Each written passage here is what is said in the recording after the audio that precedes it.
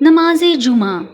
حضور اکرم صلی اللہ علیہ وآلہ وسلم نے جمعہ کی نماز سب سے پہلے 12 ربیع الاول مطابق 27 ستمبر 622 کو بنی سالم کے محلے میں ادا فرمائی۔ جمعہ کی نماز ہفتہ میں صرف ایک بار جمعہ کے دن ظہر کی جگہ ادا کی جاتی ہے۔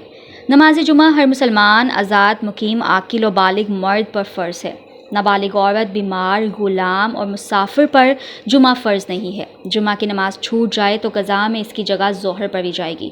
جمعہ کی نماز میں 2 رکعت فرض ہے اور جمعہ سے پہلے 4 رکعت اور جمعہ کے بعد 6 رکعت، 4 رکعت ایک سلام کے ساتھ، پھر 2 رکعت الگ۔ سنت موقدہ ہے۔ نماز جمعہ سے پہلے عربی زبان میں خطبہ ضروری ہے اور جمعہ کا خطبہ شروع ہو جانے کے بعد بات کرنا، سنت یا نفل پڑھنا، کھانا پینا، کسی کی بات کا جواب دینا یا قرآن پڑھنا سب منع ہے۔